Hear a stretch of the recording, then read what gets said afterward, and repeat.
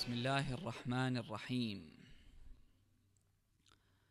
الحمد لله مالك الملك مجري الفلك مسخر الرياح فالق الإصباح ديان الدين رب العالمين،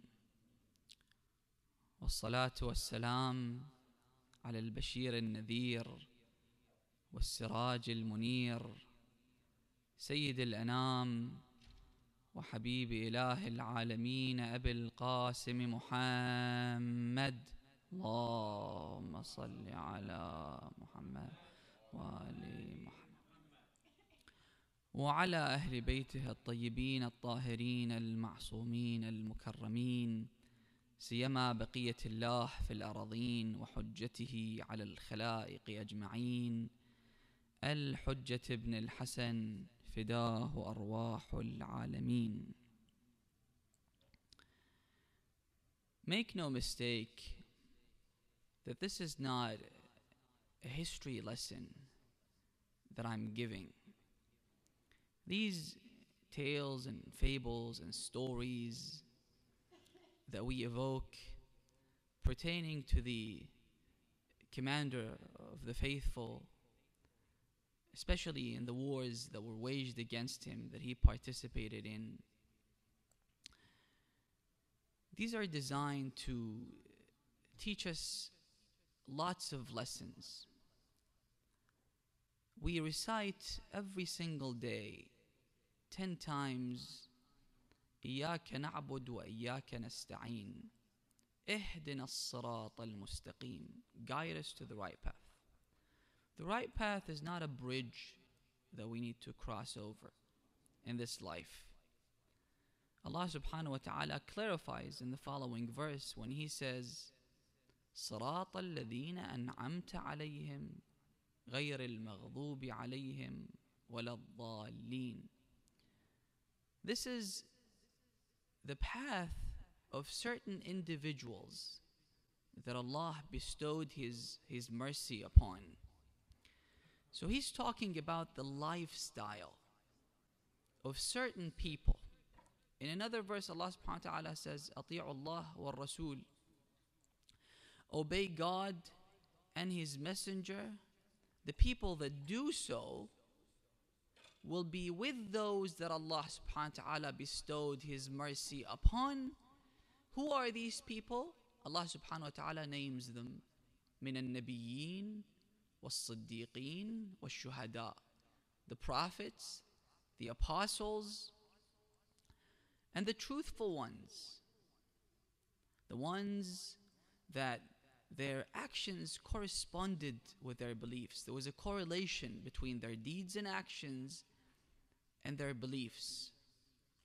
And the Prophet famously said, Ya Ali, anta as-siddiq al-akbar, you're the chief of the truthful ones. And this entails that we study and examine carefully the life of Amir al-Mu'mineen so we could imitate him. The challenges that the Imam faced were immense. And for us, these challenges were insurmountable, without a doubt. But when we go through similar situations, we take the lessons from the life of Amir al-Mu'mineen and apply on ourselves, on our lives. Even though none of us will ever face an adversary like Muawiyah ibn Abi Sufyan.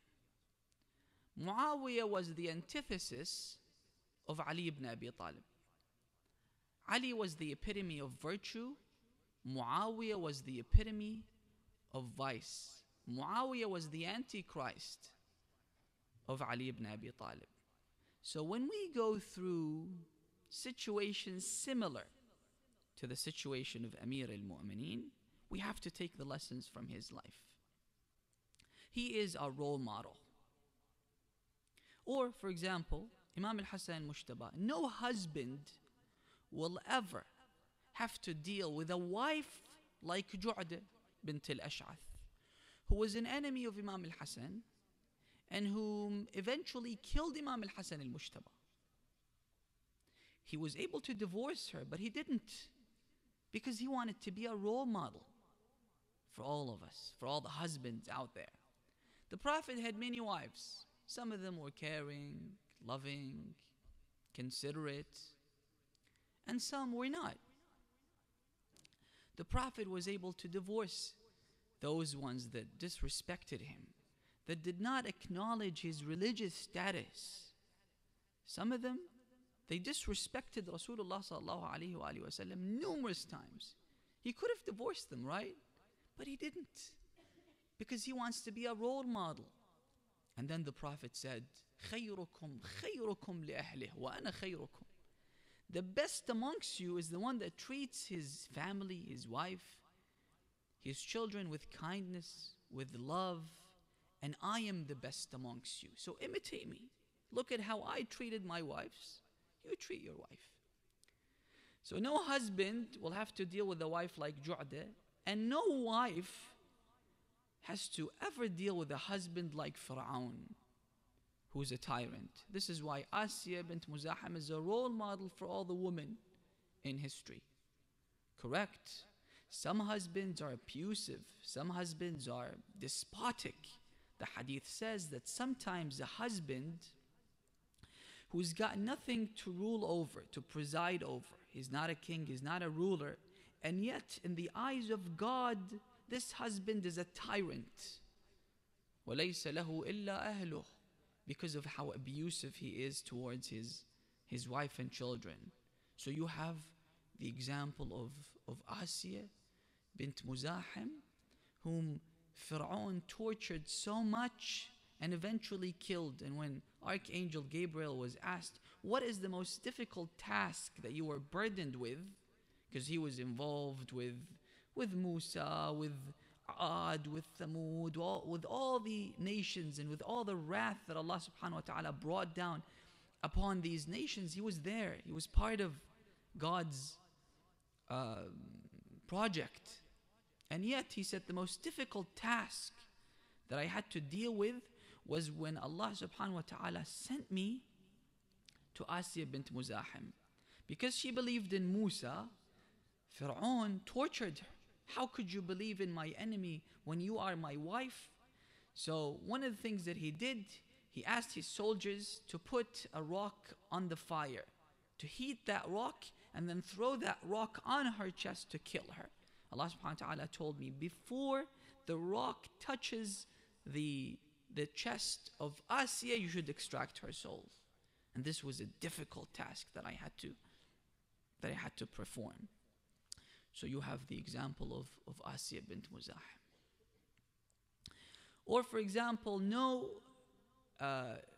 of our youth will ever have to deal with the ordeal that Yusuf had to deal with. He's the most handsome person in the world. We've got narrations that say Allah subhanahu wa ta'ala created beauty in the form of an apple.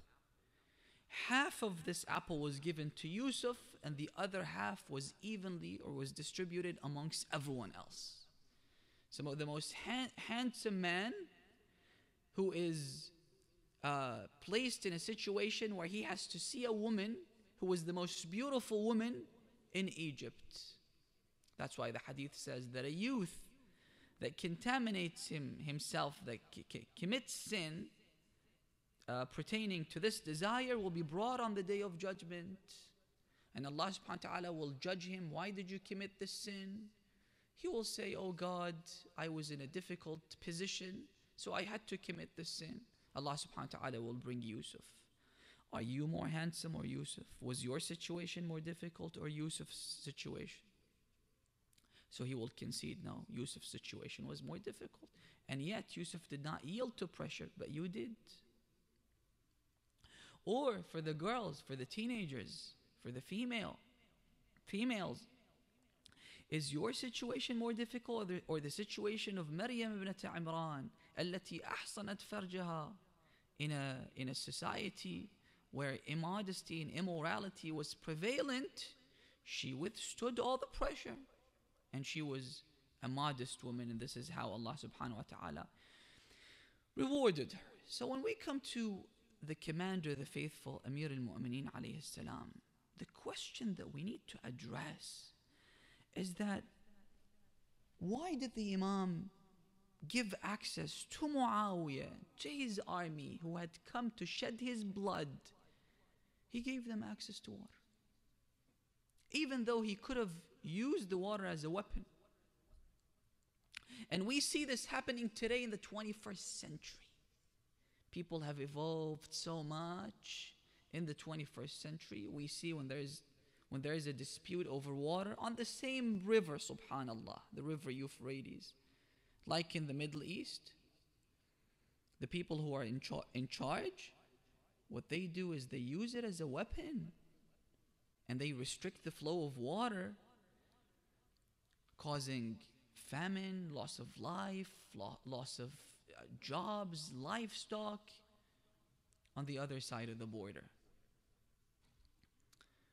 Even when the government is a democratic, quote unquote, democratically elected government. In the civilized world, they use water as a weapon. And even when they don't kill their foes and enemies, at least they use it as a bargaining chip. But Ali ibn Abi Talib, straight away, he said, let them drink from the water. Straight away. Why? Because Ali ibn Abi Talib was a man of principle again. He abided by these rules. He had moral values that he had to abide by. And this is how Imam Amir al-Mu'mineen became immortal. Because these moral values are timeless and immortal. And because of the association, because of the link between Ali and these moral values, he became immortal as well. He didn't come to rule. He came to promote these values. This is why he wouldn't mind, even if he is killed, even if he doesn't win in that war. What matters to him is promoting these values. That's what matters to Ali ibn Abi Talib.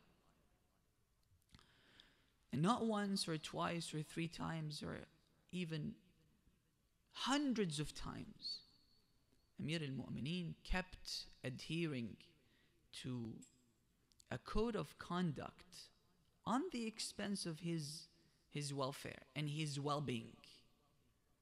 Even if it resulted in his ousting, he didn't care. They came to the Imam, they said, these Kharijites, they pose a threat to you, Ya Amir al-Mu'mineen. But the Imam couldn't preemptively attack them. أَقِصَاصٌ قَبْلَ الْجِنَايَةِ? Should I kill them before they do anything to us? Should I imprison them before they do anything to us? Even though they were very vocal about their enmity towards Ali ibn Abi Talib. But he didn't care. Because his aim wasn't to win in that war. His aim was to promote these values. This is how the Imam became immortal. And this is why when Ubaydullah ibn Ziyad, who was dispatched by Yazid to crush any dissent against the Umayyads and to crack down on the Shi'as, he came to the city of Kufa with this aim. With this aim. He comes, he wants to visit Hani ibn Urwa. He didn't know that Hani ibn Urwa was a Shia and he was supporting Imam al-Hussein alayhi salam. And he didn't know that Muslim bin Aqeel was hiding in his house, in the house of Hani ibn Urwa. So he sends him a messenger telling him that I am visiting you. You're welcome. He tells Muslim, I want you to hide behind a curtain, and then when I give you a hint that Ubaydullah ibn Ziyad is in my house and it's safe for you to come out and strike him with your sword and kill him, come and do it. Because by doing this, you would be sparing the Muslims from his tyranny. And this was just 1 month before Ashura. Brothers and sisters, Ubaydullah was the man responsible for the killing of Imam al-Hussein alayhi salam. And he was only 28. Only 28. So he comes to visit Hani ibn Urwa. He's sitting with him. His guards are outside. Hani ibn Urwa hints to Muslim that it's safe for you to come out and kill him. And Muslim is behind the curtain. And he's got a sword. Another hint, he doesn't do anything. A third hint, he doesn't react. Eventually he began reciting a poem. مَا الْإِنْتِظَارُ لِسَلْمَا أَن تُحَيُّوهَا حَيُّوا سُلَيْمَا وَحَيُّوا مَنْ يُحَيِّيهَا. What are you waiting for? Come and greet our guest. kill him. Doesn't do anything. Ubaydullah, he sensed, he realized that there's something going on, because Hani ibn Urwa is not hallucinating. So he hastily goes out. When he goes out, Hani says to Muslim, Ya Muslim, this was a golden opportunity. We all know this guy is a tyrant. We all know that this guy is a despot. How did Muslim respond? He said, I heard my uncle Ali. See, he's an inspiration to thousands of people because of his adherence to these moral values. He said, I heard my uncle Ali say, Al-imanu qayyad al-fatk. What prevents me from ambushing him, from killing him preemptively, is my iman, is my faith in Allah subhanahu wa ta'ala. And it's the faith and the iman and the devotion of Ali ibn Abi Talib that made him adhere to these moral values, even when it costed him his life and his government. Al-imanu qayyad al-fatk. He knows that Allah subhanahu wa ta'ala is in charge. He knows that Allah subhanahu wa ta'ala's authority permeates through everything in this world. He is the supreme ruler and he controls the outcome. That's something that Muawiyah failed to understand. Let me give you an example that I mentioned to one of the brothers and sisters present in this majlis. Musa's mother was pregnant. The Pharaoh, you all know the story. He saw a dream. Then he asked the astronomers, the cosmologists, to interpret the dream for him. They said that the interpretation of this dream is that a person from the Israelites will be born this year, and he will oust you. He will bring you down from the throne. So he decided to kill each and every boy born from the Israelites on that year. And he killed 90,000 fetuses, ripping the stomach of pregnant women just to kill their babies. Allah subhanahu wa ta'ala concealed the pregnancy of Musa's mother. No one knew that she was pregnant. She gave birth to Musa, and no one knew, except for the mother and Musa's sister Kaltham. When she gave birth to Musa, now people will eventually know, because he cries, because there were informants, people that would come, they had relatives. Allah subhanahu wa ta'ala divinely inspired her to throw Musa in the river. But she doesn't want Musa to drown, so she wanted to put him in a box so that he could float. She goes to Musa's uncle, who perhaps made caskets. She goes to him, she said, I want you to make a small box with certain descriptions. He said, why? So she told him the truth. And he was an informant himself. You gave birth to a child, and this was a huge crime back then, to hide your baby. You gave birth to a baby boy? She said, yes. So he makes the box, but then he straight away goes to the palace of Pharaoh. He tells them that I have to meet with the Pharaoh because I know something, I have critical information that I need to tell you. He goes inside, but when he wants to tell them the news, he can't talk. He can't talk, he couldn't speak. So they tell him to go out. He goes out, then he tells them, trust me, I have something important to tell you. So they let him in again. He goes inside, he couldn't speak, he couldn't talk. So eventually they kick him out. Go out.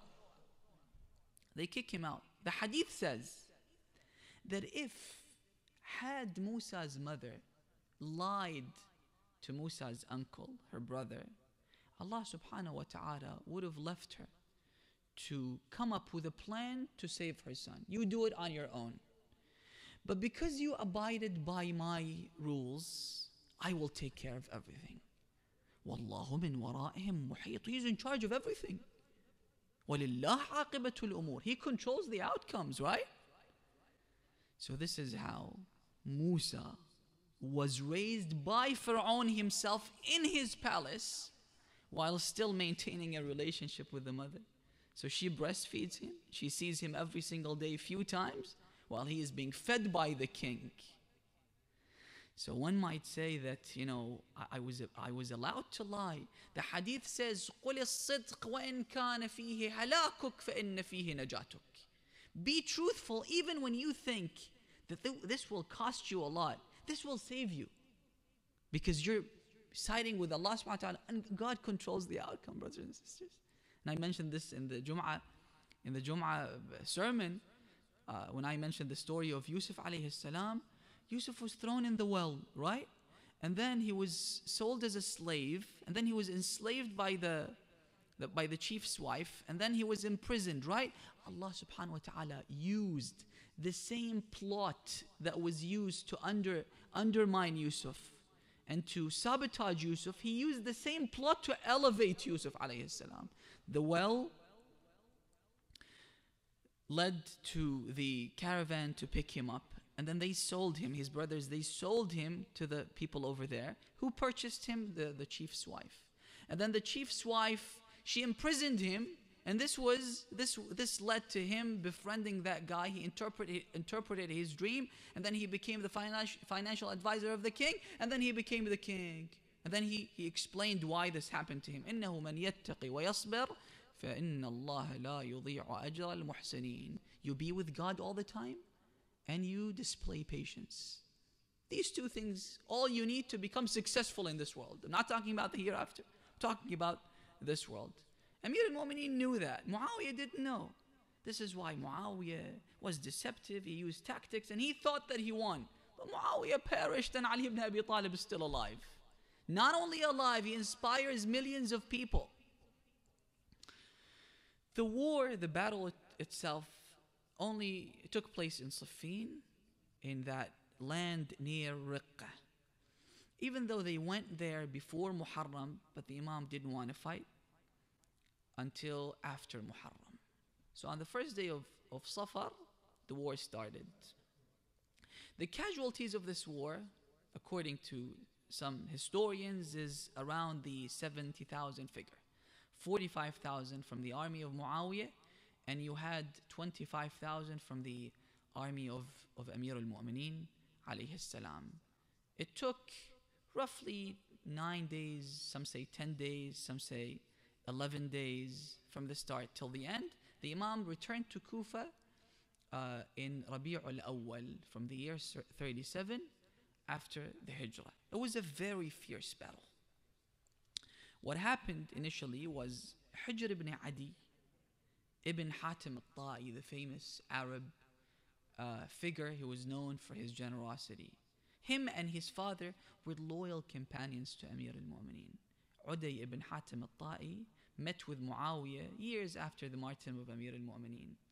Both of his children were killed in the battles in defense of Ali. When Muawiyah met with him, he said, Ya Uday, so tell me about your children. What happened to them? He wanted to provoke him, because that's a soft spot any father would have towards his children.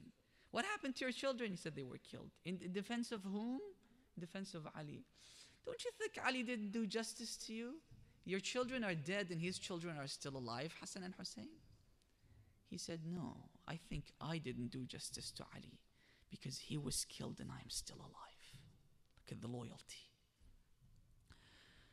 The first person to fight was Hujr ibn Adi, who was buried in Syria. With whom? With his cousin. SubhanAllah, we had people that were fighting in this camp against their relatives who were fighting in the other camp. And Amir al-Mu'mineen's adherence to these moral values resulted in people from the enemy's camp to join the Imam. The son of Khalid ibn al-Walid. Khalid and his father were two enemies of the Prophet. His son al-Muhajir ibn Khalid ibn al-Walid joined the Imam, and he was killed in the battle of Sifeen. And we have lots of examples of the enemies of Ahlul Bayt alayhimus salam. They embraced the Ahlul Bayt because of what they see from them. The son of As-Sindi ibn Shahik, the torturer of Imam Musa ibn Ja'far. Because of what he saw from the morality of Imam Muslim bin Ja'far. He embraced Imam Muslim bin Ja'far and became a follower of the Imam. The son of Salah ad-Din al-Ayyubi, the son of other enemies, they joined the Ahlul Bayt alayhim salam. Then it was an all-out war. The Imam kept changing his commanders. So the first day it was Malik al-Ashtar, the warrior. The second day Ibn Abbas. The third day it was Ammar ibn Yasir.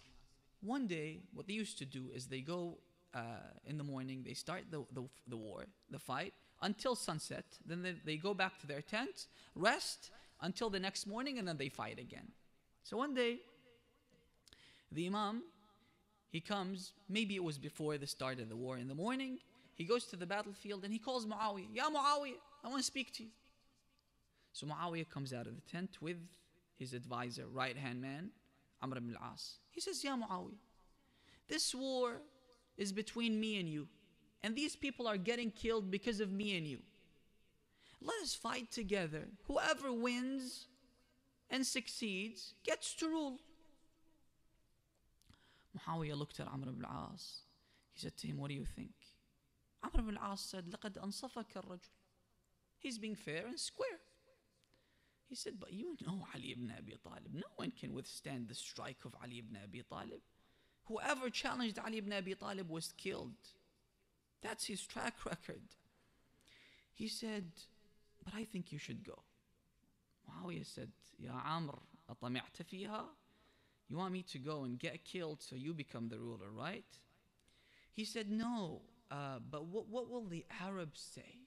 He challenged you, and this was a norm. A person would come and challenge a specific person. They have to come, otherwise, that means that's a sign of their weakness. So he's challenging you, and people will blame you because they're fighting because of you and him, the animosity that you have towards him. He said, I can't do that.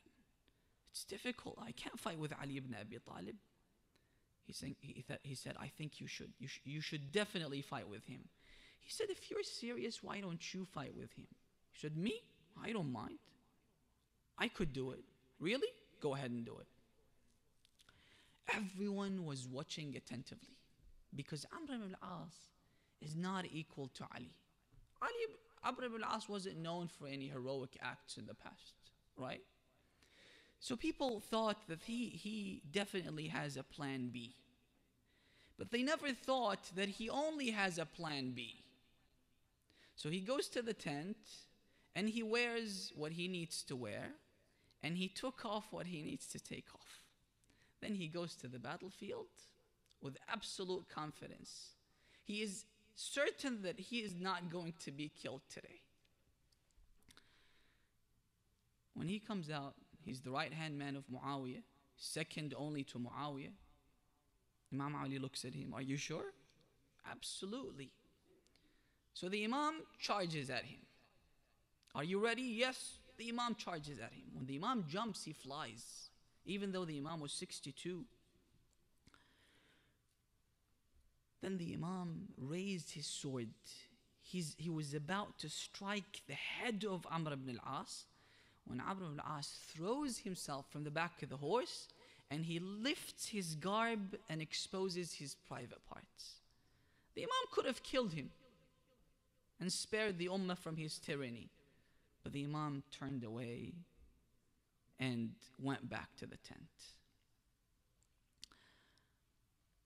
Years later, Muawiyah one day saw Amr ibn al-As coming. He said, Ya Aba Abdullah, I can't stop laughing whenever I see you.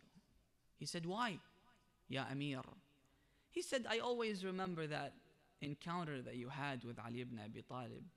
You saved yourself with your private parts. He said, now that you brought this up, let me tell the people here what happened. He said, when Ali came and he made that offer, when he challenged you, I looked at you, you were shivering, you were sweating, you couldn't even speak, you couldn't even talk. And also, I saw something in your pants that I can't tell the public. Muawiyah said, Hasbuk, Hasbuk, Hasbuk, enough. Enough is enough. It's not embarrassing to run away from Ali ibn Abi Talib. It's not shameful to run away from Ali ibn Abi Talib. When we want to fight Ali ibn Abi Talib, we can't go alone. We have to go together. Entire army against Ali ibn Abi Talib. The Imam could have killed him. And it didn't just happen to Amr ibn al-As, it also happened to Busr ibn Artat, who was another commander in the army of Muawiyah. So they kept doing it. They kept doing it, taking advantage of Ali ibn Abi Talib's religiosity, of Ali ibn Abi Talib's devotion. Because he's got haya, he's got modesty. And if we activate this feature that Allah subhanahu wa ta'ala instilled in each and every one of us, we would treat our parents with kindness. We would treat our spouse with kindness. We would treat our children with kindness. Haya. Next time you want to retort back at your parents, you think to yourself that they raised me. And you know how hard it is to raise children, especially in this day and age. We would never understand this until we become parents ourselves. A man asks the Imam, he said, why is it the way we feel towards our children don't feel the same way towards us? The Imam said, because they are part of you, but you are not part of them. So we activate this feature, haya. We feel ashamed of ourselves when we are about to disrespect our parents. This is what the Imam alayhi salam had. Furthermore, the Imam, in the middle of the war, suddenly he tells everyone to stop fighting. Why, ya Amir al-Mu'mineen? We need to pray Salat al-Dhuhr. They said, ya Amir al-Mu'mineen, we've got our justifications to delay our Salat. We're in state of war. The Imam said, وَيْلَكْ عَلَى مَا نُقَاتِلُهُمْ. Why do you think we're fighting these people? These people have lost the plot, the axis, the very pivot of our life is Allah subhanahu wa ta'ala and our connection with the Almighty. This is why we're fighting these people. These people don't believe in God's promises. They don't believe in the hereafter. They don't believe in God. Otherwise, they wouldn't fight. So it's all about Allah subhanahu wa ta'ala. We have a hadith that Allah subhanahu wa ta'ala, in the 24-hour cycle, He chose the best times for the salawat. But the most important salat, according to some scholars, is Salat al-Dhuhr. Allah subhanahu wa ta'ala says, وَحَافِظُوا عَلَى الصَّلَوَاتِ وَالصَّلَاةِ الْوُسْطَى. Safeguard your prayers, and especially the middle one. Some scholars say it's a reference to Salat al-Dhuhr. Imam Sadiq alayhi salam says, the gates of the heavens open during Salat al-Dhuhr. So he asked the Imam, from when till when? The Imam said, from noon until you pray 8 rak'ats. 4 for Salat al-Dhuhr and 4 for Salat al-Asr. That's why you need to be prepared before Salat al-Dhuhr. This is when Allah subhanahu wa ta'ala answers your prayers, during Salat al-Dhuhr. And the hadith says, "I'lam," and you should know that everything, all your actions, they are tied to your Salat. The foundation, the bedrock is the Salat. When the foundation is shaky, everything else is shaky. That's why the first checkpoint that we need to cross on the Day of Judgment pertains to Salat. If you can cross, if you are able to cross that checkpoint, you'll be given a security clearance to cross every other checkpoint. Because everything depends on your Salat. وَيْلَكْ عَلَى مَا نُقَاتِلُهُمْ. Stop everything. The foes, the enemies wouldn't stop fighting. But the Imam nonetheless, he tells a group of people just to defend the other Muslims that want to pray, and he prays. And he didn't even miss Salatul Layl. Abdullah ibn al-Kawa, who was a hypocrite, he told the Imam, even Laylatul Harir, the fiercest battle took place on a night called Laylatul Harir. Thousands of people were killed on that night. Even that night, Ali ibn Abi Talib didn't miss Salatul Layl. Why? The hadith says that people look for respect, look for elevation by going knocking at the doors of the kings and the rulers, while Allah subhanahu wa ta'ala placed respect, love, elevation of the status in Salatul Layl. This is why he couldn't miss Salatul Layl as well. 3 of the Imam's most prominent companions were killed in this war. One of them was Ammar ibn Yasir. And this was a turning point in that war. Why? Because everyone had heard the Prophet say, تَقْتُلُكَ الْفِئَةُ الْبَاغِيَةُ. When they were building the mosque on the outskirts of Medina, Masjid Quba, everyone was laying a brick while Ammar was laying 2 bricks. The Prophet said to him, why are you doing this? He said, I want to exert more effort for God. I want to tire myself for Allah subhanahu wa ta'ala. Then the Prophet famously said, وَيْحَ Ammar, and it's mentioned in Sahih Bukhari, it's mentioned in Sahih Muslim. Authentic hadith, no doubt in its authenticity. وَيْحَ Ammar تَقْتُلُكَ الْفِئَةُ الْبَاغِيَةُ يَدْعُوهُمْ إِلَى الْجَنَّةِ وَيَدْعُونَهُ إِلَى النَّارِ. He invites them to come to paradise, they invite him to go to hell. The aggressors, the transgressors will be killing Ammar. He participated in the battle of the camel, but he wasn't killed, and he was 93. But he was killed in the battle of Sifeen. When this happened, the army of Muawiyah, they began to shiver. Because they knew that Muawiyah was wrong. They realized that Muawiyah is wrong and Ali ibn Abi Talib is right. But look at Muawiyah's deception. Amr ibn al-As comes to Muawiyah and he says to him, Ammar was killed. He was struck with a spear in his back. When he fell, a man came to chop his head. Another man came to loot his belongings. And they were fighting with each other on the belongings. Amr ibn al-As said, I heard the Prophet myself said that both the people that the person that kills Ammar and the person that loots Ammar are going to hell. So he says to Muawiyah, Ammar is killed. What do we do now? He said, we didn't kill Ammar. The person that killed Ammar is the person that brought him to this war. It was Ali ibn Abi Talib. When the Imam heard this, he said that the Prophet also killed Hamza because he brought him to the war in his war against the infidels. Ammar was killed. When he was killed, Khuzaymah al-Shahadatain, a famous companion of the Prophet, whom he gave a testimony. One day the Prophet was on his horse. A man comes to the Prophet and he says to him that this is my horse. You bought it from me, but you never gave me the money. The Prophet said, I gave you the money. I didn't take the horse from you until I gave you the money. Then the Prophet looked at his companions. He said, would anyone give his testimony that this is my horse? The companions said that we were never there to witness the incident. So Khuzaymah said, I testify that this is your horse, Ya Rasulullah. The Prophet said, were you there?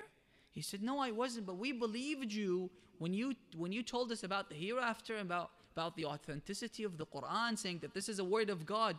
We don't believe you when it comes to a horse. The Prophet ratified his testimony. So he was called Khuzaymah al-Shahadatain. When he witnessed the killing of Ammar, he said, I was waiting for this. So he took his armor and he took his sword. He went, he fought, and he was killed. They say that before the killing of Ammar, he came to the Imam. He said to him that it's a heated battle. Should I stay firm in my position?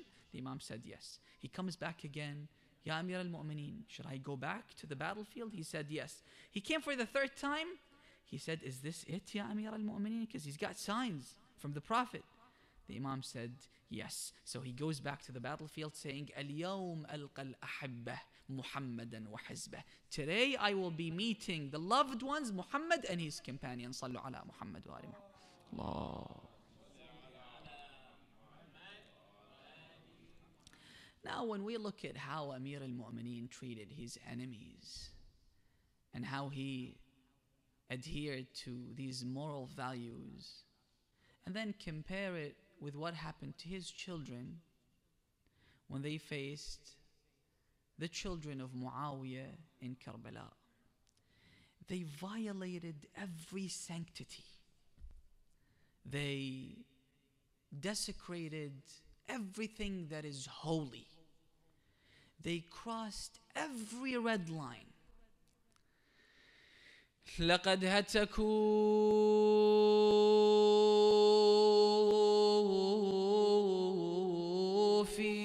كربلاء كل حرمة،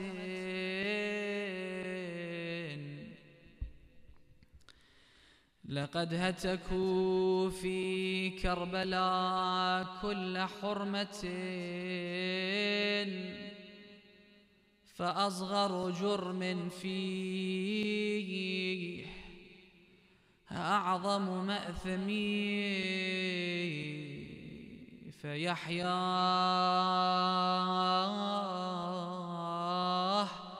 وإن أبكى السماوات يومه، فيحيا وإن أبكى السماوات رزؤه، فما ذاك يوم للحسين بتوأميه،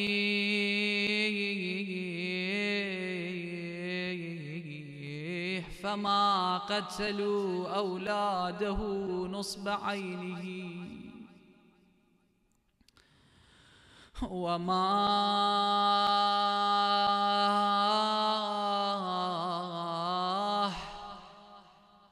أسروا من بعد قتل نساءه، ولا قوضوا فسطاطه فوق يتميه، ولا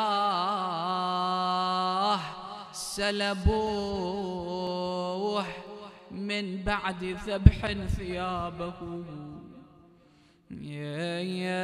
ولا وسط البيداء جثمانه رميح،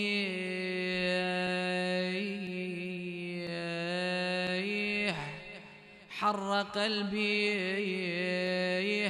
على من ما غمضت عينه أيدي أحبته، ولا جنازته شيلت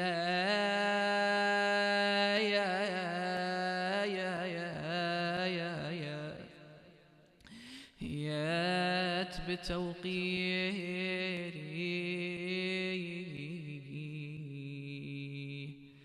فاطم لو خلت الحسين مجدلا، وقد مات عطشانا بشط فراتي، لا حول ولا قوة إلا بالله العلي العظيم. أعوذ بجلال وجهك الكريم أن ينقضي عني شهر رمضان، أو يطلع الفجر من ليلتي هذه،